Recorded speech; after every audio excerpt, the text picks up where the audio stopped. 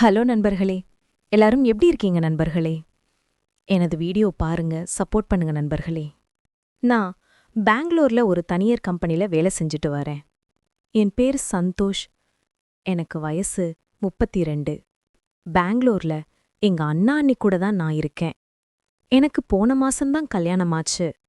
கல்யாணம் முடிச்சு முதல் வாரத்திலேயே எனக்கும் என் மனைவிக்கும் ஏற்பட்ட தகராறுல அவ கோச்சிட்டு அவங்க வீட்டுக்கு போயிட்டா.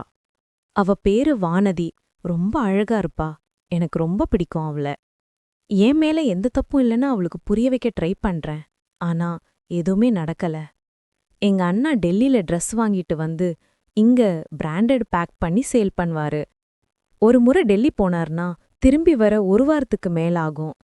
நான் பக்கத்துல இருக்கக்கூடிய ஃபேக்டரிக்கு மேனேஜரா இருக்கேன். அன்னிக்கு குழந்தை இல்ல. அதனால காலையிலே நேரமே எந்திரிச்சு என் டிஃபனுக்கு வேணுங்கிற உணவுகளை சமைச்சு வச்சிருவாங்க. அண்ணியும் என் மனைவி கிட்ட பலமுறை பேசியும் அவ சமாதானமாகல. இது எனக்கு ரொம்ப பெரிய மனவேதனையா இருந்தது.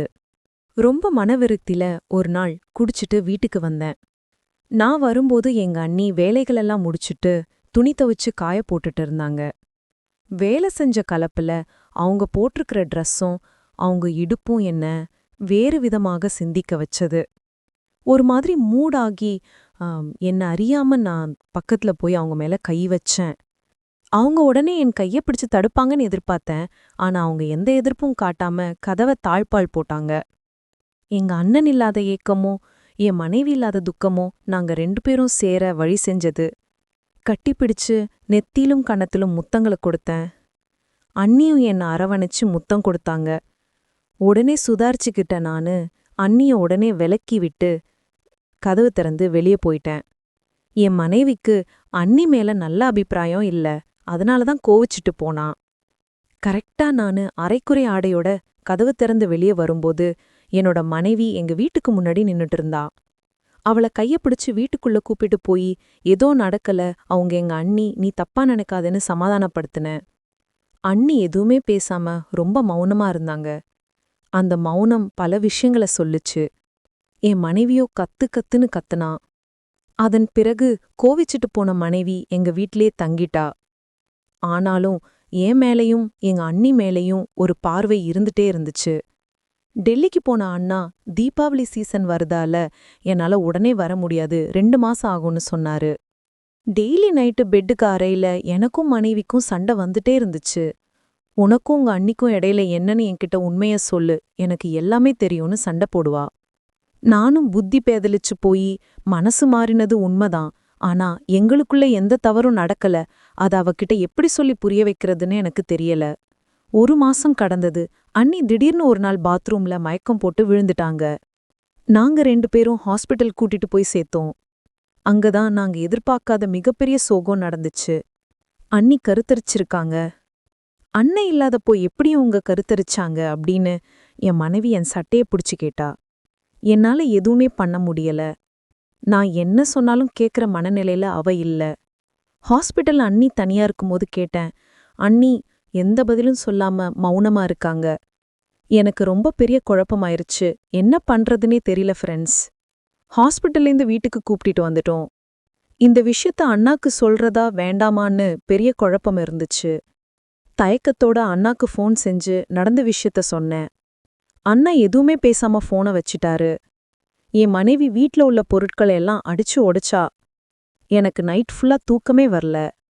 அண்ணிக்கிட்ட என்னதான் நடக்குது அண்ணின்னு கேட்டேன். அண்ணி என்கிட்ட, நான் ஒரு ரகசியம் சொல்றேன் சந்தோஷ், ஆனா நீ இதை யார்கிட்டயும் சொல்லக்கூடாதுன்னு சொன்னாங்க.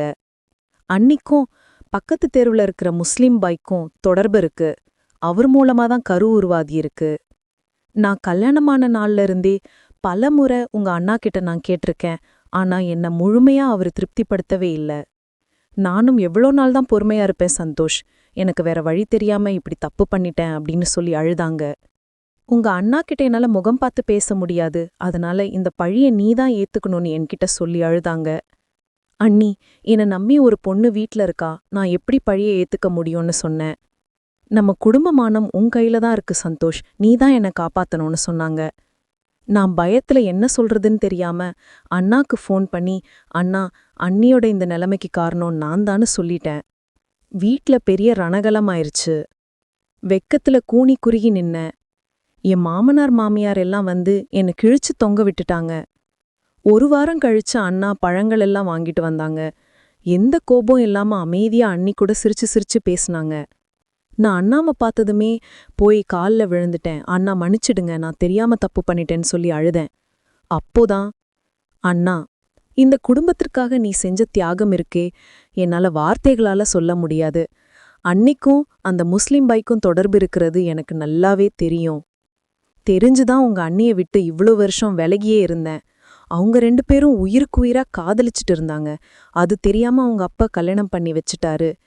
கல்யாணம் ஆன பிறகு கூட அந்த பாயம் மறக்காம கால் பண்ணி அடிக்கடி பேசிட்டு இருந்தாங்க. அதனாலதான் நான் அண்ணிய விட்டு விலகி தொழில் விஷயம்னு வெளிய போற மாதிரி 1 வாரம் 10 நாள் வெளிய போயிருவேன்.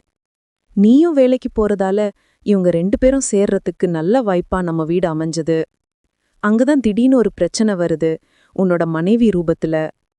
அவளை கல்யாணம் பண்ணி நீ வீட்டுக்கு கூப்பிட்டுட்டு வந்த உடனே இவங்க 2 பேரும் முன்ன மாதிரி சேர முடியல. அதுக்காக தான் உங்க 2 பேரையும் பிரிக்க தவறான உறவு இருக்கிறதா உன் மனைவி கிட்ட சொல்லி அவளை வீட்டுக்கு அனுப்பி விட்டுருக்கா அப்படின்னு என்னையும் என் மனைவியும் வச்சுட்டு அண்ணா சொன்னாரு. அந்த முஸ்லிம் பைக்கு கல்யாணம் பண்ணி வச்சிடலாமான்னு பார்த்தா அவருக்கு ஏற்கனவே கல்யாணமாயி ஒரு குழந்தை இருக்கு. அதனால உங்க அண்ணி நம்ம வீட்லயே அந்த பாய்க்கு 2வது மனைவியா இருந்துட்டு போகட்டோண்டா. என் மனைவி கிட்ட, என் தம்பி எதுவும் நீங்க தப்பா நினைக்க வேண்டாமா, அவன் மேல எந்த தவறும் கிடையாது, நீங்க நல்லபடியா சந்தோஷமா இருங்க அப்படின்னு வாழ்த்தினாரு. அதுக்கப்புறம் எங்க அண்ணி எங்க குடும்ப மானத்தை காப்பாத்துறதுக்காக பாய்க்கு 2வது மனைவியா வாழ ஆரம்பிச்சாங்க. கொஞ்ச மாசத்துல அழகான ஆண் குழந்தை பிறந்தது. சையத் நிவாஸ்னு பேரு வச்சாங்க. எப்பப்ப டைம் கிடைக்குதோ அப்பெல்லாம் பாய் வந்து 2வது குழந்தைக்கு முயற்சி செஞ்சாரு. நானும் மனைவியும் முதல் குழந்தைக்கு முயற்சி செய்றோம். இது போன்ற சுவாரஸ்யமான உண்மை கதைகளை கேட்க தொடர்ந்து இணைந்திருங்கள்.